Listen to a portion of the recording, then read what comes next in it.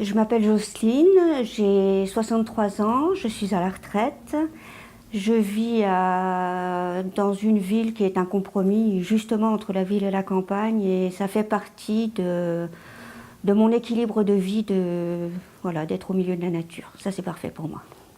Je m'appelle Claude, j'ai 65 ans et je suis retraité. J'ai effectivement un chien qui s'appelle Funky. J'ai une pathologie qui est cachée, donc je sais qu'on a une vie intérieure et une vie extérieure.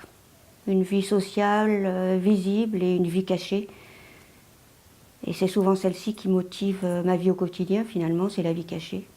Bonjour, c'est quand je vois qu'elle est bien, je le vois quand elle est bien, puisque elle va prendre un petit peu moins certaines choses, certains médicaments, certaines dans sa nourriture, et ça se voit sur son visage, ça se voit quand elle est vraiment bien, et donc forcément, si elle est bien, je suis encore mieux.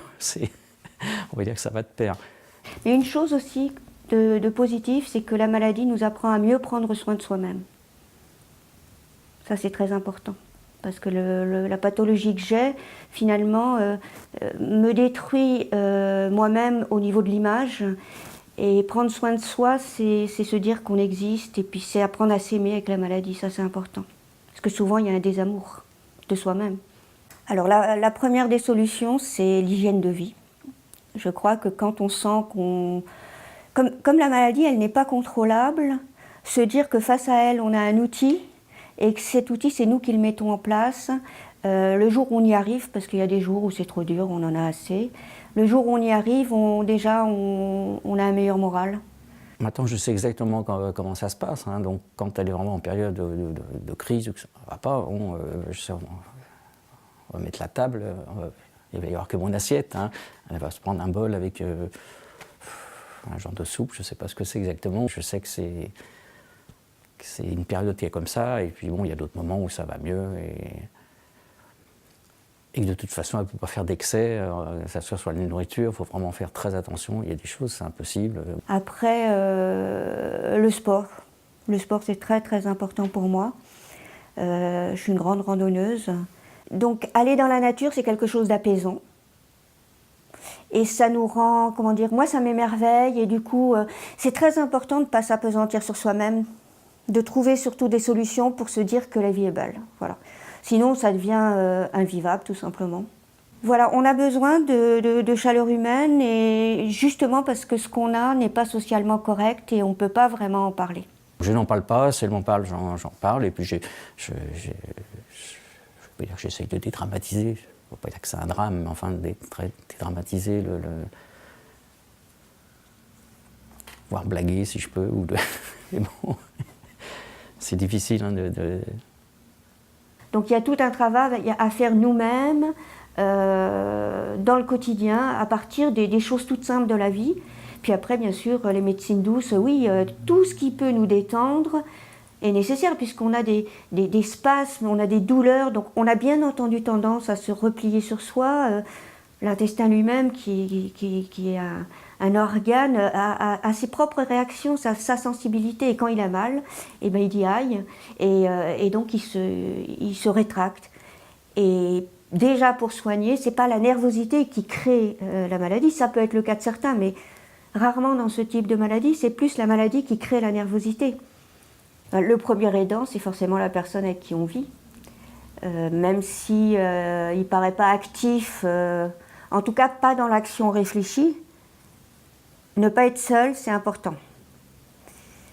Mais le plus important, c'est ne pas être seul, mais avec quelqu'un qui ne va pas nous juger, ou en tout cas qui va essayer de ne pas nous juger, qui va apprendre à ne pas nous juger, parce que pour ne pas juger les gens, il faut comprendre comment ils fonctionnent et comprendre tous ces effets extérieurs en se disant, bon, ben, comme je disais tout à l'heure, c'est pas de la mauvaise éducation, comprendre que c'est une souffrance. Je sais que ma femme est très sensible, et donc j'essaye d'être proche à ma manière, parce que je suis assez réservé, je comprends bien son problème, et j'essaie de ne pas en rajouter, si je puis dire. Hein. Donc maintenant, je sais exactement, je ne ferai jamais aucune réflexion, quoi que ce soit, parce que elle n'est pas bien ou quoi que ce soit. Finalement, c'est la personne qui est atteinte du handicap qui va essayer d'alléger la chose pour l'autre, afin que quand l'autre va être confronté à un moment que voilà, on ne peut pas cacher, il puisse être là pour nous donner le petit quelque chose qui va nous permettre de rebondir. Et je crois que la plus grande chose qu'on peut apporter à l'autre, c'est de lui montrer qu'on l'aime malgré la maladie, malgré ce qui peut être gênant, dont on aimerait bien se passer. Et puis c'est sa tolérance. Je pense que tous les deux, on s'aime de toute façon, et quoi qu'il arrive, je pense qu'on accepte, on accepte tout, donc ça n'a pas changé. Maintenant, elle n'a pas besoin de me dire qu'elle n'est pas bien, que je le sais, je m'en aperçois, parce que je la connais bien, et on essaye de profiter de la vie, En pleine crise, je suis tellement, allez, je vais utiliser un mot très fort, déformée dans mon corps, dans ma féminité, que je me déteste moi-même, que je ne peux plus m'habiller. Alors si l'autre me fait la moindre remarque, c'est insupportable. Donc à ce moment-là, on va plus avoir envie de sa tendresse, de sa gentillesse, de son attention. On essaye de ne pas se renfermer sur nous-mêmes, et de se morfondre et de parler que des choses qui ne vont pas. Et ça, je pense qu'on sait très bien faire. On profite vraiment bien, et on a eu la chance de s'acheter un petit bateau. On part, on se fait des balades sur la Marne, on se fait des balades dans le sud de la France, on a des petites triques, on va se baigner, voilà, et ça, c'est des plaisirs intenses où, quand on est ici, que c'est l'hiver, qu'il fait froid, qu'il fait nuit, on fait un feu de bois, et voilà, ce sont des plaisirs. Et c'est pour ça que la tendresse dans notre relation, c'est ce qu'il faut entretenir comme un jardin, quoi. C'est la plus belle chose qu'il puisse me donner. Ça coûte rien, mais c'est le plus important.